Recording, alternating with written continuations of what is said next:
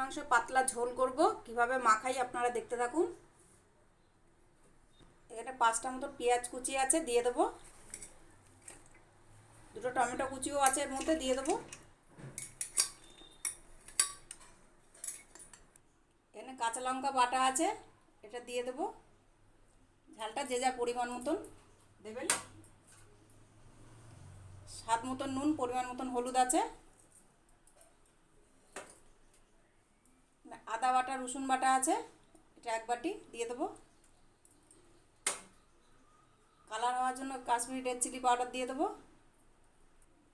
সরষের তেল দিয়ে দেবো। এটা 4-5টা মতন তেজপাতা দিয়ে দেবো। এবার এটা ভালো করে মাখিয়ে নেব। মাংসটা মাখানো হয়ে গেছে, এটা আধ ঘন্টার জন্য রেখে দেবো ঢেকে ভালো করে।